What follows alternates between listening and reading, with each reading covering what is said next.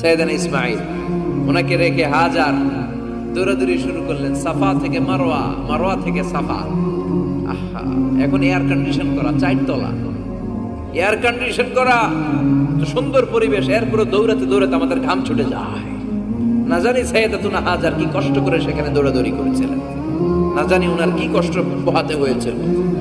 উনি সাফা থেকে মারওয়া একবার, মারওয়া থেকে সাফা একবার 7টা চক্কর দিলেন।